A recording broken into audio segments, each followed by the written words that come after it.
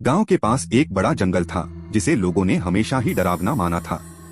उस जंगल में एक विशाल और पुराना हाउस था जिसे सभी भूतिया हाउस के नाम से जानते थे। लोगों का मानना था कि वहां भूतों की अद्भुत दुनिया बसी है। गांव के एक नौजवान लड़के का नाम था अजय। अजय अपने दोस्तों के साथ अक्सर रात के समय उस भूतिया हाउस की ओर जाता था, बस अंधविश्वासों को चुनौती देने के लिए। एक रात अजय और उसके दोस्त उस हाउस के पास पहुंचे। चांदनी की किरणें उनके सामने भयंकर आकृतियों को प्रकट कर रही थीं, लेकिन उन्होंने डर को अपनी हौसला बढ़ाने की कोशिश की।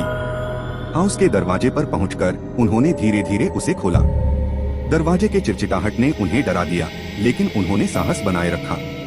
अजय और उसके दोस्तों ने हाउस के अंदर कदम रखा। उन्होंने महसूस किया कि वहाँ कुछ अलग है। वातावरण में कुछ अनूठा था, जैसे कि कोई उनकी प्रतीक्षा कर रहा हो।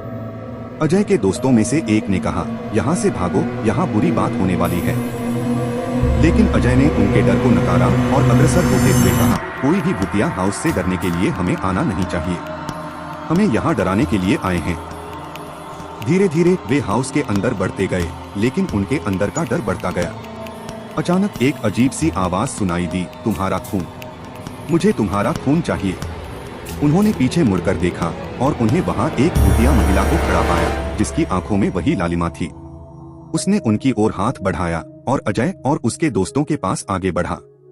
अजय का दिल धड़कने लगा और वह उसकी ओर भागने लगा। वह बहुत कोशिश की, लेकिन भूतिया महिला उसका पीछा करती रही। आखिरकार वह गांव लौट गया, लेकिन उसका दिल और मन शांत नहीं रहे। वह रात के समय अब भी उस भूतिया महिला की चीखें सुनता रहता था और उसके अंदर का डर कभी खत्म नहीं हुआ। अब उसने समझा कि अंधविश्वासों का मजाक नहीं उड़ाना चाहिए, क्योंकि उसकी होशियारी उसे महंगी पड़ी। वह उसी दिन से अंधविश्वासों को मानने लगा और अपने दोस्तों को भी सावधान करने लगा। इस कहानी से हमें यह सीखने को मिलता है कि हमें अपने अंधविश्वासों पर यकीन नहीं करना चाहिए, क्योंकि कई बार वे हमें भयानक समाप्तियों की ओर ले जाते हैं।